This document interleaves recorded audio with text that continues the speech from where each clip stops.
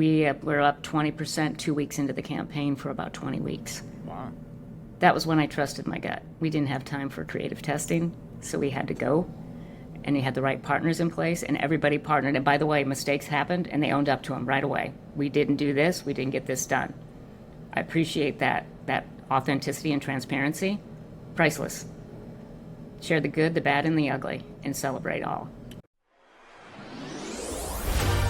This is You Should Talk To, a podcast for busy marketing leaders who are looking for support and tips on getting shit done. In each episode, Daniel Weiner interviews marketing leaders and discusses their experience, successes, and failures around hiring agencies. If you're interested in finding and choosing the right agency partner, then let's jump in.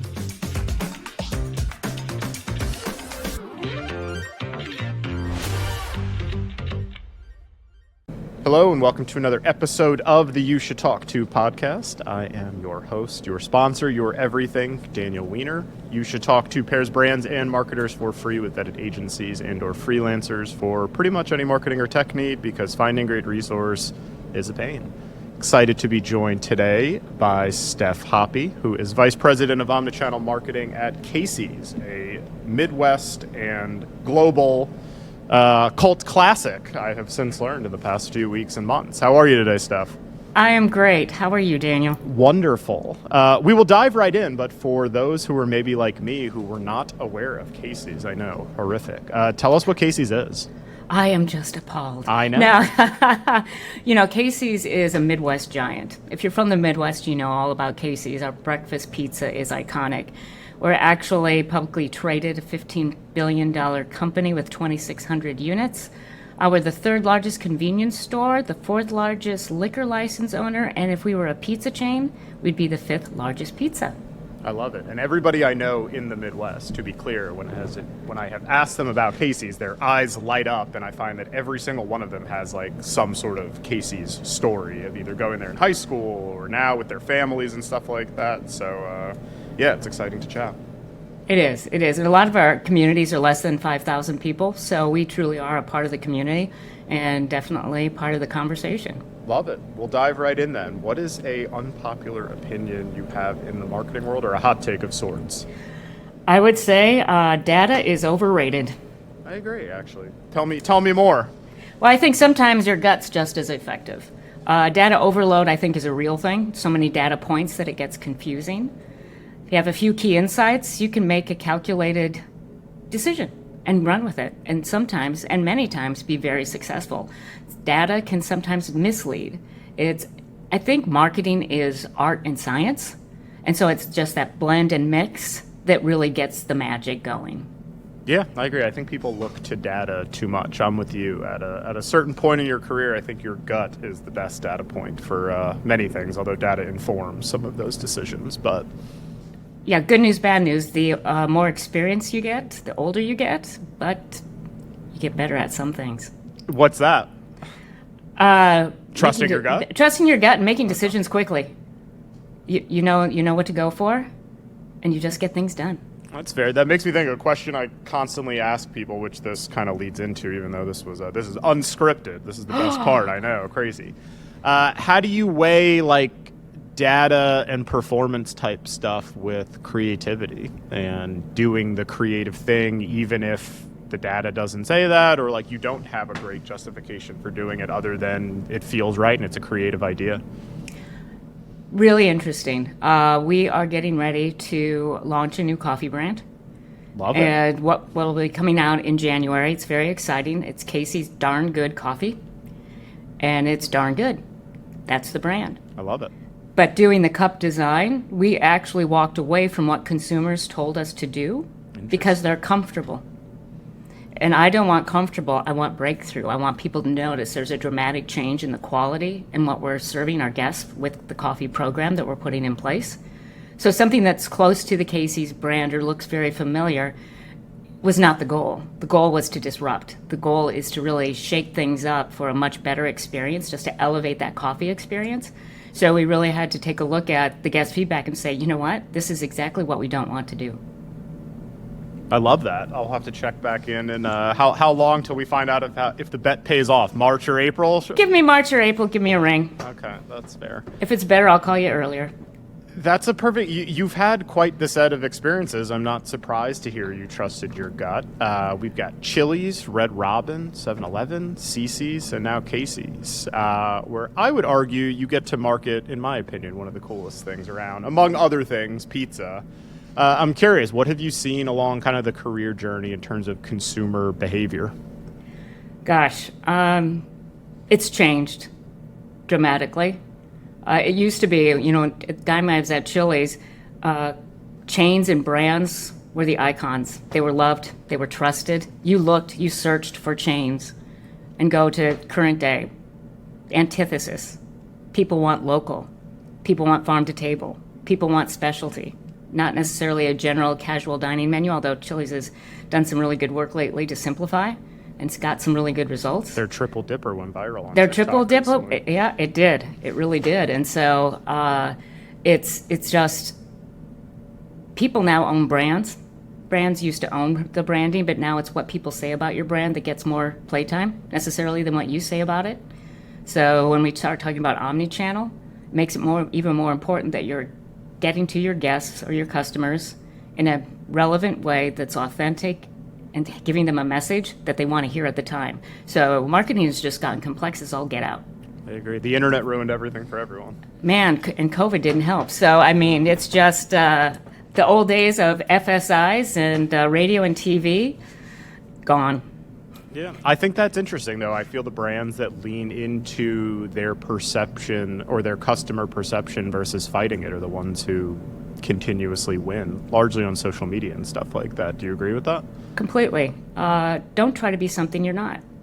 And we get tired of ourselves internally with marketing, but our guests don't necessarily do so. In fact, that's why they love us. We're gas station pizza. We have been for years and will be for years to come. It's what we do best. We do great breakfast pizza. We have great service. It's just, we do things you just don't expect at a traditional gas station convenience store, and that's what we'll continue to do. I love that. I think the common narrative I hear, at least, I think people thought 2024 might have been like a little rosier than it turned out to be for some brands, and I still see, the common theme of marketers are being asked to do more with less, achieve the same results, if not more.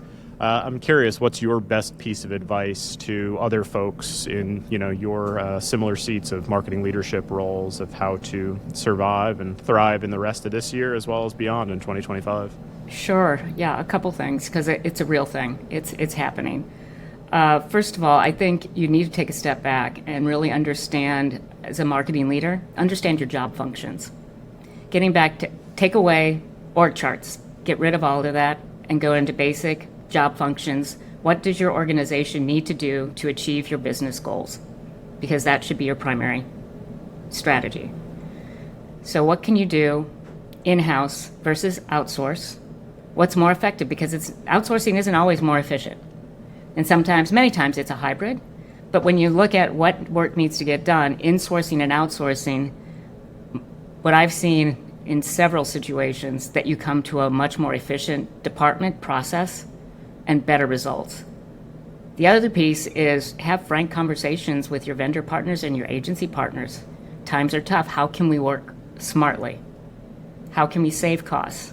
We switched a production strategy that gave us significant savings. We still have great results, but we're doing less production activity, using spots more often, doing a more evergreen approach that we worked on. So that really makes a difference. You just have to think differently and get scrappy. Yeah, I think what you just said about reusing stuff is wild. Like, even for me on a significantly smaller scale, I post a ton on LinkedIn, I do this podcast. I forget all the time that like 3 people see these things in the grand scheme of things. And if I Oh, come on, there's at least 4. At least 4 or 5. At least 4 or 5, This yeah. this one's going to be big. I can feel it. But no, like I can repost the same thing with a different thought, and it's brand new content to many people, and brands have the luxury of doing that as well and forget. So, no, I totally agree. And I think to your point, the biggest learning I see with the hybrid approach, which I totally agree is usually, like, there's no quote-unquote right setup, but that's usually the right setup, is so many people think that outsourcing and hiring an agency or a third party in general is just a magic bullet, and they forget they need a good amount of resources to manage that relationship and make that partner successful. So I still find folks that are don't have the manpower internally to kind of enable an agency or a third party to do the best work possible. And I think that's an issue I see in 2024, because budget goes to one or the other versus, to your point, doing a hybrid approach. Absolutely. And depending on budget optics, how people view working dollars, non-working dollars, that can also affect the decision to insource or outsource. It really just depends on the company. Yeah. Mo money, mo problems, you know? Most folks in your role that I speak to, which I'll define as anything above senior director at any sort of brand with any sort of perceived budget, are getting hit up 27 million times per week, virtually everywhere. LinkedIn, other social networks, their inbox especially, phone calls, texts. Is this the case for you? Oh, yeah. What is you just gave some tactical tips to the marketing leader out there. If you had to look in the camera and give a PSA to agencies out there, or vendors who want to work with you, which is presumably most agencies, I would say, what do you tell them? How can they break through the noise, if anything? Be a problem solver, not a problem giver. Understand my pain points, make them go away. If you can do that, I'll talk to, and know my business. I've had cold calls where they don't even bother to go into a Casey's. If you don't know my business, the door will be shut very quickly. But really, it's all about bringing solutions and partnerships that make my business better. Are you into taking calls proactively, though, when you're not in market for something? Is there anything somebody could say on a random Tuesday when you're not looking for something that could make you take a call? Again, if it's related to something I'm working on and I'm not necessarily taking calls, I have conversations here and there just because someone gets my attention, or they bring out a relevant, saw you in social, X, Y, and Z. I'm like, okay, let's talk. Yeah, it's interesting. I totally agree with what you said of knowing your business. I find this is episode, I think, 48 or something like that. Oh, wow. Congrats. I know, on the way to 50. I know. I'm super stubborn, Steph. I'll get to 100 because I have to tell myself I got to 100. Fun fact, if you record 21 episodes, you're in the top 1% of podcasts in the world because everybody gives up. So. Oh, my God. You're on a top 1% podcast right now, Steph. I'm feeling very special. Very special. I agree. I hear from a lot of VPs and CMOs that while they want somebody to understand their business when they're talking, there is some sort of like middle ground, because they also don't want somebody presumptuous who, just because they walked into a Casey's once, thinks they know your business entirely and all the problems that you're dealing with. Do you have a thought on that? Yeah, I think be humble and be realistic. I think one visit does not make you an expert, but you made an effort. The proof is in the pudding when you have an ongoing relationship and they get in your business. So when you have a partner in agencies especially, that they feel like an extension of your team and they care about your business as much as you do. I mean, sales, they want to see sales daily. Are things working? They're vested. That's what you look for in a partner, is someone who's vested in your, and mutual success, right? Sure. It's not just about the client, it's about a true partnership. That's always the way I've rolled. It's just, you got to be partners and help each other be successful, and that's when things really do well. I agree. I've seen a big shift, especially since COVID, of bigger brands moving towards smaller independent agencies who are specialized that call it 1 to 2 services. What do you think of that trend, and kind of how do you think of your agency makeup at Casey's? I think it's a trend that's bigger than just agencies, similar to the restaurant analogy that I talked about earlier. I think it's smart because things change so fast, especially in the social world. To stay up with that, that's a full-time job in my mind. So, and I think having smaller houses are more nimble and you can get more versus a larger house. So for instance, we have several agencies that we work with in varying sizes, depending on their expertise. And that it really works well. It's worked well for me at CC's and at Life Kitchen, and now at Casey's. It's a good blend to create great success. It's awesome. Can you think of a really great agency experience you've had over the course of your career at any of the brands, truthfully, and what made it so great? Yes. I'd love Yep. to hear. Yes. Okay, I guess I'll tell you. So at CC's, we needed to create a new brand campaign, bring on a new media agency in less than 8 weeks. Fun. We also had to do an RFP prior. So in about 12 weeks, we brought on a new agency. We had a creative agency that was running, so we just had to fill out some other places. So we did, and we were up 20% 2 weeks into the campaign for about 20 weeks. Wow. That was when I trusted my gut. We didn't have time for creative testing, so we had to go, and we had the right partners in place, and everybody partnered. And by the way, mistakes happened, and they owned up to them right away. We didn't do this. We didn't get this done. I appreciate that authenticity and transparency. Priceless. Share the good, the bad, and the ugly, and celebrate all. I'm curious to go a little bit further. What was the actual? Was it the work? Was it the speed and nimbleness on a goofy timeline of sorts, or was it all of it collectively? Them all working together, not trying to steal business from each other. What was the takeaway from it? It truly was a team effort, and the creative was awesome, and the new segmentation and the targeting was phenomenal compared to where we were. We just skyrocketed due to just some basic smart marketing that just hadn't been in place, quite honestly, beforehand. The fundamentals just weren't there. So you start doing some of the basics and the fundamentals, and it makes an impact. And then you have really smart people and smart partners that are highly collaborative, no egos. Just let's get the work done and let's have a win. That's great. We'll do the other side now. A negative agency experience you've had in the past, and what made it so negative? Yeah, dun, dun, dun, dun. Yeah, I know. You need mood music for Yeah, this I do. portion. Awards and egos were more important than my business results. How so? Doing creative that was it meant to get an award, not necessarily drive my business at a very high cost. That we had to go back and forth on quite a bit, until finally we just had to part ways. Gotcha. I don't want you to name the agency, but I'm No. curious, how did those conversations, or how did you arrive at that conclusion, or was it super blunt, hey, we want to win an award with this stuff? Well, I was super blunt. That's one thing. I'm from Iowa, the Midwest. We are Love it. direct. Shout out Caitlin Clark. Got to get her on next, There you go. Yay. No, it's just very direct conversations of this is not going to work. This doesn't make sense from a budget standpoint. Appreciate the idea. Really appreciate the creative. Very respectful of that. But this isn't where we want to go, and this isn't where our leadership wants to go. It's too aggressive. And it kept coming back. And third time's the charm. And it's okay, I think we need to have a conversation, unfortunately. I see. I'm curious. I talk about this a ton. I actually posted about it 20 minutes before this podcast, that I think overall, we've worked together. I like to think I'm very blunt. I tell it like it is. And I find in my experience lately more than ever, people are afraid to pick up the phone. Agencies are afraid to call their clients, when stuff goes, I wouldn't even say bad, when things come up, which undoubtedly do. Do you find that in your career in general? People shy away from the tough conversations, or you haven't dealt with that as much? I'm curious. No, I think people tend to shy away from tough conversations. It's just human nature. It's natural. That's not necessarily my experience. I don't shy away from tough conversations.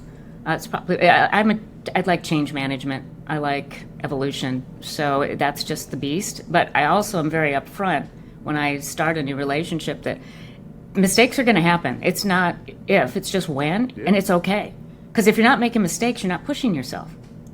So if we have something that goes awry, great, let's learn from it. Let's not do it again. Yeah.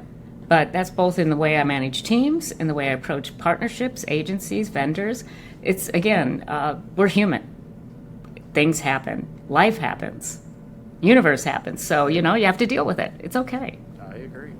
What are you most excited about and bullish on in the marketing space at the moment, outside of AI? Because I'm sick of hearing people tell me about AI. I need something new and fresh. You are so safe. AI, bleh. I'm with you. Yeah. Selfishly, I'm really excited about our campaign. It's not crazy. It's Casey's. Love it. That is just, it's so on brand. Serving up unexpected goodness in a C-store, because we do things that nobody else does. It's been really fun. And the teams and our employees, they love it. We have we have T-shirts. Everybody wants a T-shirt. Yeah, I I want a T-shirt. Duly noted. Thank you. You'll have to give me your size afterwards, and we'll figure that one out. Okay. Sporting the Casey shirt, love it, love it. It's fun. And then, and I'll speak out of both sides of my mouth. I'm also really excited about the fact you can quantify your marketing results these days. It makes conversations, especially with leadership and boards, much easier when you have facts to support what your efforts are doing and what's happening. So I think those are a couple things, but more so the new campaign. Is there anything from like a macro standpoint? Like I've leaned entirely into in-person dinners. I find there's no greater way for me to get in front of other brands by inviting them out to do stuff in person, free from agencies or vendors. Do you have anything that you're seeing or excited about, or anything you're excited to attend? Or Yeah, it's I think what's really interesting is we got so virtual, especially with COVID, that they're used to screens. I mean, I'll have meetings here and people will be on screen. I'm like, you're 2 doors down. Get in the room. Yeah. Let's connect, because that in-person connection is very different than others. I'm getting ready to go to NACS, which will be exciting. Haven't been there for quite some time because I've been out of the C-store space. But it's great just to network and connect. But NACS is really large. I really like more of the boutique events. Me too.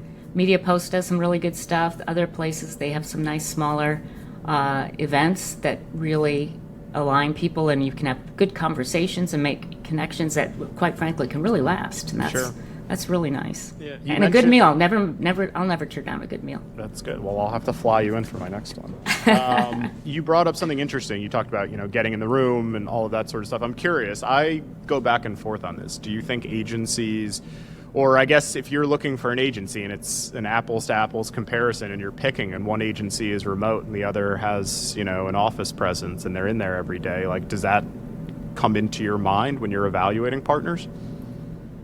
It used to. It does. It is a factor. But if I look at it now, I don't have any agencies that are based here in Des Moines. Right. So you can still go and connect. You just have to work at it a little more to get the face-to-face time. But anymore, I think it's about getting the right talent.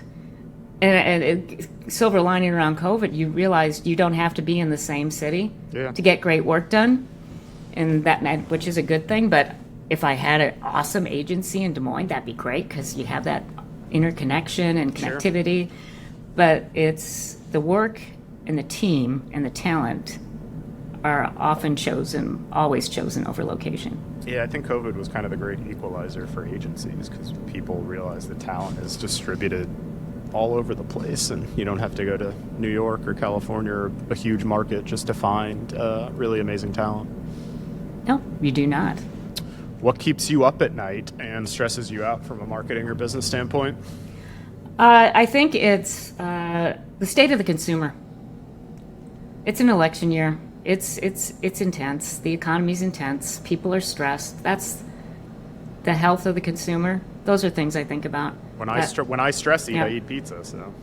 Yeah, I know, but still, there's a balance here. Do you see quantifiable things in an election year? It depends. We've noticed a few changes here and there. We're very lucky to be such a healthy business.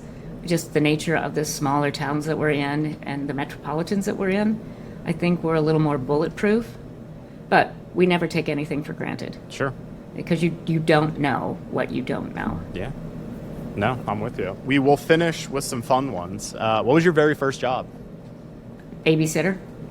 Love it. What did you do? You take anything from that into today's world, into your current role? Anything that you're using on a daily basis? From babysitting, I could say something really politically incorrect. So, I was going to say only 4 people want this anyway. okay, very good. No, you might get 6 with this comment. Okay. You know, no, it's actually, how to take care of people. You have to take care of your people. I figured that was your That was it. politically correct answer. That's my politically correct answer. You can think of anything else you'd like. Yeah. No, I think, babysitter. Okay. Outside of Casey's, of course, what would your final meal be? I'd have to say truffle French fries. Okay. It would be pepperoni pizza Okay. and champagne. Okay. What kind of shams? Well, I do like a good Charles Heidsieck Okay. or a Veuve. Good to know. I know. Very intuitive. What can I say? Love to hear it. Enjoy that if a bottle shows up. I will, virtually. Yeah. Who is somebody who inspires you personally, professionally, or both? It'd be both. It's my sister, Sarah. She's my youngest sister. She has had her own agency for 15 years. Why haven't I met her? I don't know. I think we'll have to do that. Boutique agency out of Minneapolis. Yeah, she's great. And she's a mom and great husband. She handles mom, starting a business with a partner. She just navigates everything. And she also tap dances and she has fun and she has friends and she goes 24/7. Right. She sounds like an overachiever. I don't want to talk to her. I'll no. feel worse about myself after. Oh, no. And then she's as chill as you can get. She's the one that'll be like, Steph, slow down. Just take a breather. Love to hear it. That was my final question. I want you to give another plug for Casey's, though. Outside of what you talked about, or just to reiterate, we've got a new coffee program Yes. that launches in January. In January, it's coming. It'll be coming to a Casey's soon near you, so we'll have them all installed by November. Okay. New beans, some equipment upgrades. It's not crazy. It's Casey's campaign. It started. You should be seeing that everywhere. Okay. Absolutely. And what else should people in or near or traveling to an area with a Casey's be on the lookout for? Anything exciting? Yeah, I tell you what. If you're coming to the Des Moines area, we got some new wings coming out that'll rock your world, and that jalapeno popper pizza in market right now with Mike's Hot Honey. Yum. Okay. Love to hear it. Really good. Thank you so much for joining us. This was awesome. And stay on the line. I'm going to take you up on the t-shirt offer. Okay, sounds great. It was fun. Thank you. Thank you for checking out this episode of You Should Talk To. This show is brought to you by the company with the same name, You Should Talk To, a company that helps marketing leaders find the right agency or freelancer for their situation. If you enjoyed what you learned in this episode, make sure to follow You Should Talk To wherever you listen to your favorite podcasts, or visit YouShouldTalkTo.com for more information.